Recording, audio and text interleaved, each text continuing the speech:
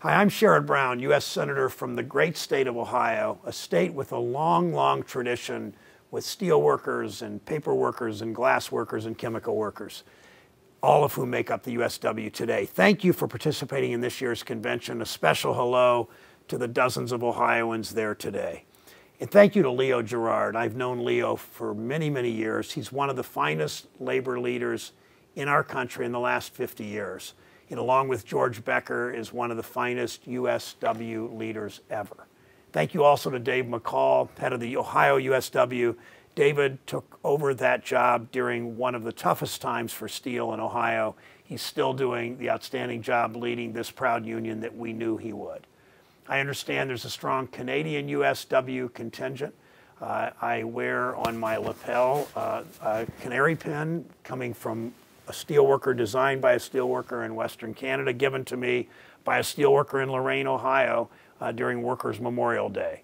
It's a reminder that the labor movement is as important now as at any time since the Great Depression. That's because the labor movement not only helped turn our nation into an economic superpower, the labor movement helped to create our middle class. The labor movement strengthened our nation's manufacturing, which propelled our industries and led to a nation of innovators and builders.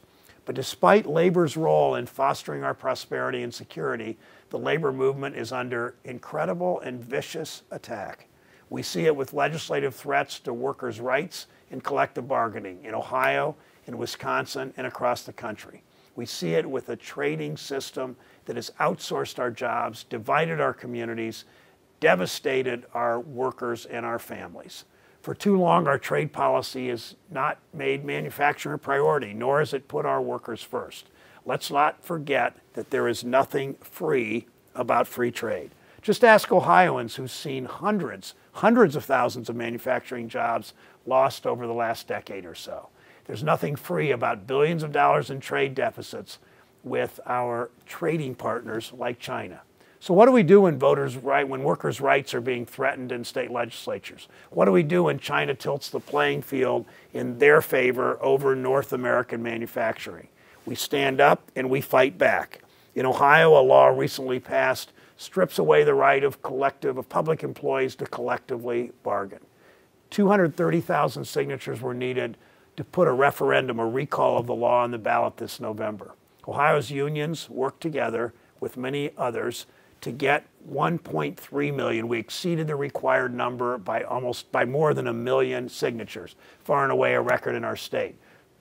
In manufacturing, the USW is building alliances with environmental groups like the Sierra Club and the Blue Green Alliance, understanding that a clean energy future means opportunities for clean energy manufacturing, which means real steelworker jobs.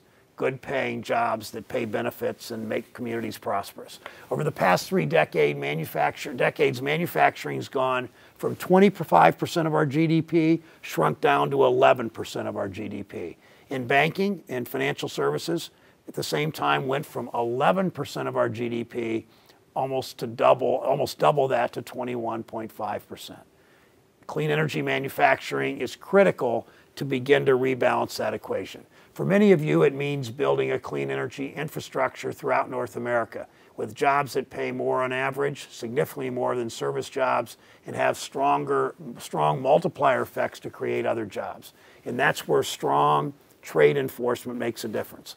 With administration backing, trade enforcement has meant steel jobs in Lorain and Youngstown, Ohio, tire jobs in Findlay, Ohio, paper jobs in Southwest Ohio and Hamilton and surrounding areas. Trade enforcement means confronting currency manipulation, especially in China's case, supporting small business exports by ensuring reciprocal market access.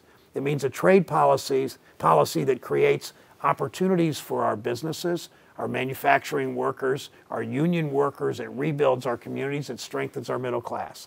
Our capacity to outcompete and out-innovate countries like China depends on our capacity to out-manufacture them. It depends on all of us in our union halls, in Congress, or in the Canadian Parliament to stand up and to fight back. I mentioned my canary pin a moment ago, designed by a steelworker. representing what we care about, fighting for justice, fighting for economic justice and opportunity in this country.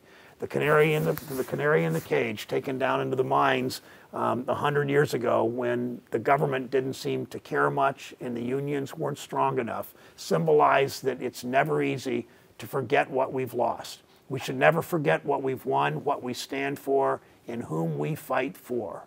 Thank you. It's an honor to fight for you. It's an honor always to be able to be with steelworkers all over my state and anywhere else in this great country. Thank you very much.